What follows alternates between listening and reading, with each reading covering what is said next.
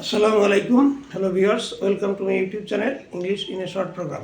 আজকে আমরা different uses of same word বা একই শব্দের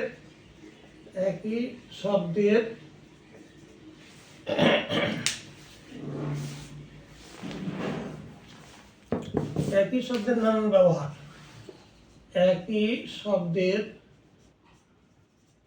নানান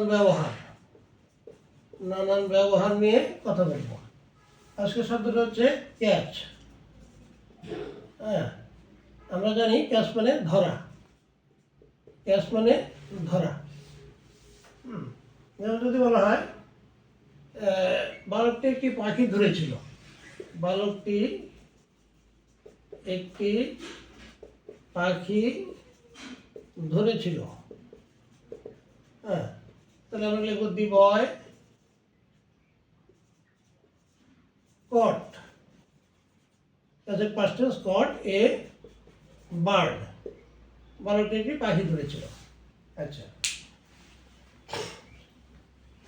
এই ক্যাচের সঙ্গে যখন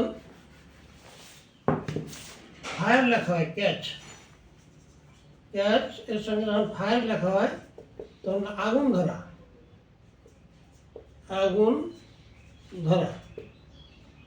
হ্যাঁ, আগুন ধরা।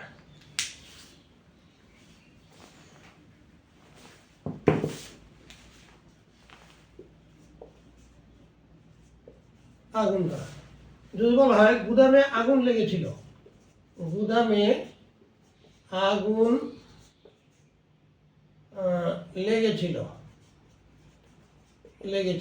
তাহলে আমরা লিখব দি গোডাউন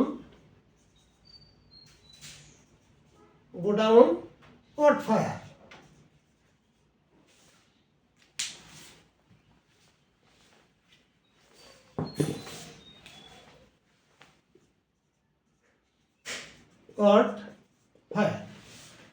ক্যাচ ফায়ার, আগুন লাগা। দি গোডাউন caught fire, গুদামে আগুন লেগেছিল।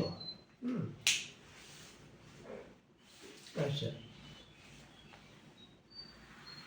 এই ক্যাচ মানে নজরে আসা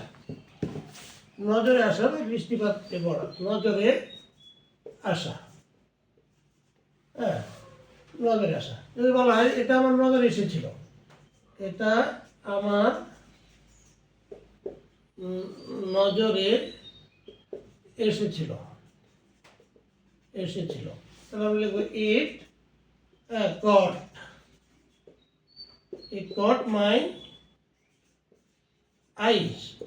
হ্যাঁ, it caught my eye, এটা আমার নজরে এসেছিল। এই ক্যাচের সঙ্গে যখন রেড হ্যান্ডেড যোগ করা হয়,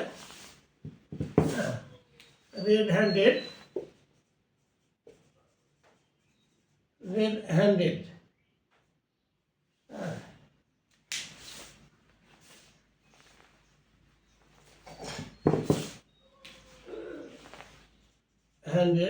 যোগ করা হয় তখন হয় হাতে নাতে ধরা।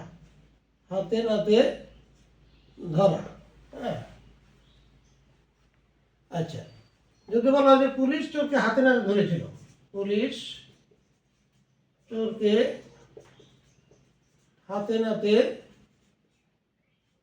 ধরেছিল, হ্যাঁ, তাহলে আমরা যদি police caught the thief red-handed. হ্যাঁ, the police caught the thief red-handed, হাতে নাতে ধরেছিল। আচ্ছা,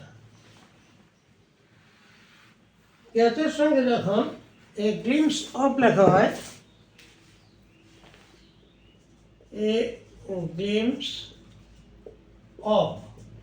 তখন হয় সামান্য দেখা, এক নজর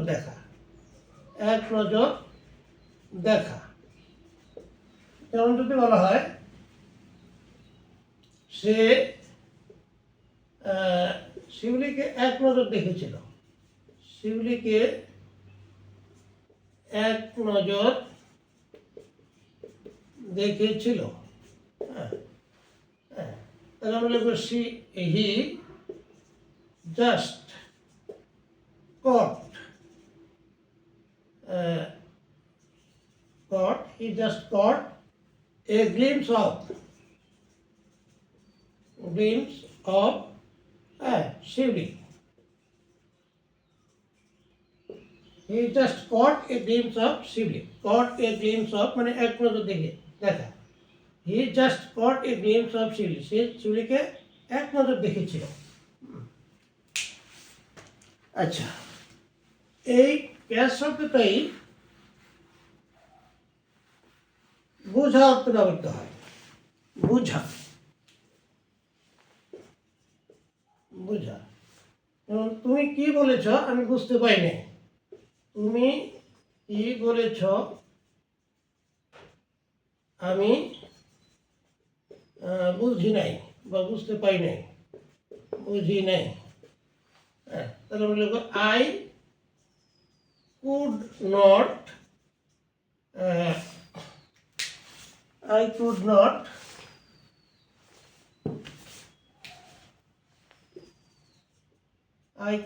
ক্যাচ, আমি বুঝতে পারিনি।